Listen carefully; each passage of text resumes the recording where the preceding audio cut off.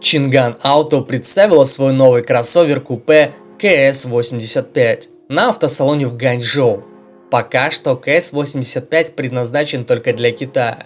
Но если вам интересны уже доступные версии Чинган, то на нашем канале есть лучшие обзоры на автомобили Чинган, которые доступны в Европе. Ссылку вы сейчас видите на экране.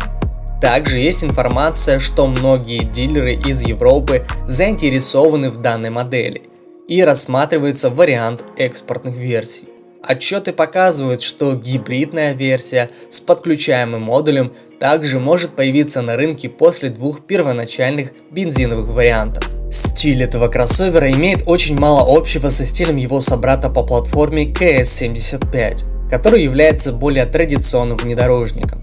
Можно сказать, что КС-85 очень похож на BMW X4, особенно в дизайне просматривается копирование задней части. Однако особое внимание привлекает настоящая четырехтрубная выхлопная система, в которой нет поддельных выхлопных труб, что придает автомобилю очень спортивный вид. Однако это только для самых мощных серий двигателей, так как более слабый двигатель имеет дело с двумя выхлопными трубами. Изогнутая линия окон, с другой стороны, является типичной особенностью дизайна азиатских производителей, а также цитирует типичную дизайнерскую линию Lexus, в то время как стойки имеют типичный изгиб Land Rover, который также украшает такие модели как Discovery Sport и Range Rover Evoque. Но передняя часть очень схожа с Volkswagen Touareg последнего поколения, с этой большой V-образной решеткой и тем, как она соединяется с фарами. Что касается его размеров, КС-85 имеет длину 4720 мм, ширину 1845 мм, высоту 1665 мм и колесную базу 2705 мм. Он немного меньше BMW X4 по всем параметрам, кроме высоты. Фары используют 4 светодиода, плюс функцию интеграции дальнего и ближнего света. Несмотря на то, что в салоне используется твердый пластик не лучшего качества, мягких на ощупь поверхностей также хватает, начиная с обтянутой кожей двери, панели сидений, центральной консоли и даже верхней панели приборов. Общий дизайн выглядит очень похожим на Volkswagen Group, а конкретнее от Audi, особенно в отношении этого рычага переключения передач и даже расположения экранов информационно-развлекательной системы и климат-контроля. Все не так роскошно, но элементов мультимедиа вполне хватает.